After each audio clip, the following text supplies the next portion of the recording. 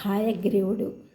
ఒకానొకప్పుడు విష్ణువు 10,000 సంవత్సరములు రాక్షసులతో యుద్ధమునరించి పరిశ్రాంతుడై ఒక శుభప్రదేశమున పద్మాసనమున ఉండి ధనుస్సు యొక్క ఒక అగ్రమును నేలపై నుంచి రెండవ అగ్రమును కంఠమున తగిలించి నిద్రపోయాను.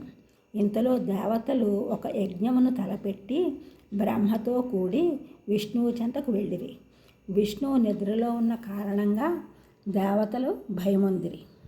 నిద్రాభంగము కలిగించుట దోషమని ఇంద్రుడు పలికెను.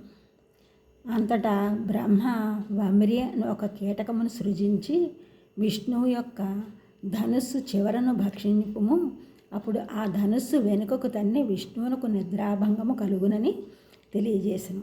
అప్పుడు ఆ వమ్రి నిద్రాభంగము, దంపతి ప్రీతి భేదము, శిశుమాతృ విభేదము చేయకూడదు, అది బ్రహ్మహత్య పాతక సమము అని చెప్పుదురు అని పలికెను. లోకమున అందరూ స్వార్థమునకై పాతకమనరింతురు, నేను కూడా స్వార్థమునకై దీనిని భక్షింతును అని పలికెను. అప్పుడు బ్రహ్మ వమ్రికి వరమొసంగెను. అది ఏమనగా, యజ్ఞ హోమ కర్మములో పార్శ్వముల పడిన పదార్థములు దాని భాగముగా కల్పించును.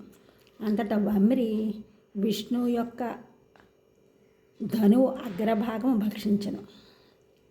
ఆ ధనువు యొక్క నారి విడినప్పుడు ఘోర శబ్దము కలిగెను. పర్వతములు కంపించెను, సముద్రములు పొంగెను. దేవతలు భయపడి విష్ణువును చూసేసరికి విష్ణువు తల కనపడలేదు, మొండవు మాత్రం అక్కడ ఉన్నది. శిరమును ఎవరు అపహరించరను విషయము దేవతలకు తెలియలేదు. అప్పుడు వారు పరిపరి విధముల వేదన చెందెను. అప్పుడు బ్రహ్మ తెలివి తెచ్చుకొని జగజ్జననియగు దేవిని శరణునొందిన తప్ప వేరు ఉపాయము లేదని చెప్పి ఆ దేవిని స్తోత్రము చేయమని నిగమముల నాదేశించెను. వారి స్తోత్రములకు సంతుష్టయై అశరీరయగు ఆ మహామాయ ఇట్లు పలికెను. హరి యొక్క శిరస్సు ఇట్లు అపహరించుటకు కారణమున్నదని తెలుపుచు, ఒకప్పుడు విష్ణువు మనోహరమగు లక్ష్మియగు రూపమును చూసి నవ్వెను. స్వామి అకారణముగా నవ్వుట చూచి లక్ష్మీదేవికి అనుమానము కలిగి, ఇతడు కారణము లేకుండా తనను చూసి నవ్వుతున్నాడు, సపత్నిని కాని సంపాదించినా ఏమే అని ఆలోచించి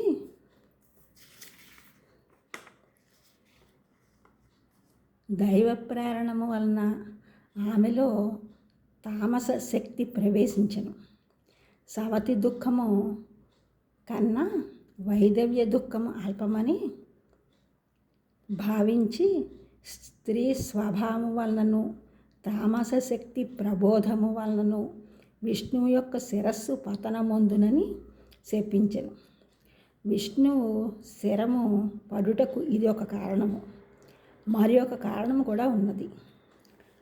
హయగ్రీవుడను దైత్యుడు సరస్వతీ తీరమున తామస శక్తిని గూర్చి మాయా బీజాత్మకమగు ఏకాక్షరీ మంత్రమును జపించుచు తీవ్రమగు తపమనురించెను.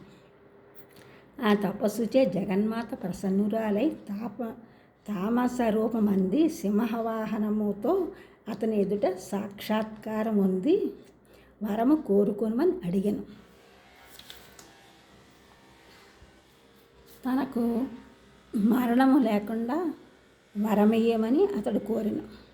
కానీ మరణమనున్నది లోకమర్యాదగానున్నది, దాన్ని అతిక్రమించుటకు వీలు లేదు, మరొక వరము కోరుకొనుమని జగన్మాత చెప్పగా అతడు హయగ్రీవము వాని వలననే మరణము కలుగవలనను, ఇతరుల వలన కలుగకూడదు అని పలికెను.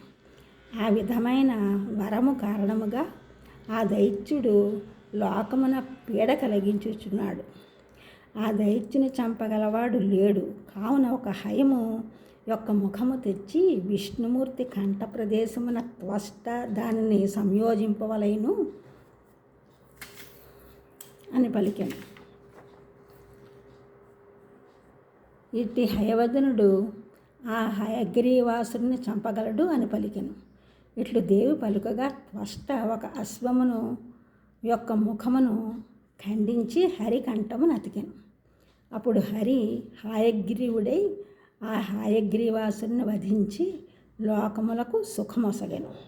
ఆ విధముగా విష్ణుమూర్తి హాయగ్రీవునిగా అవతరించవలసి వచ్చినది.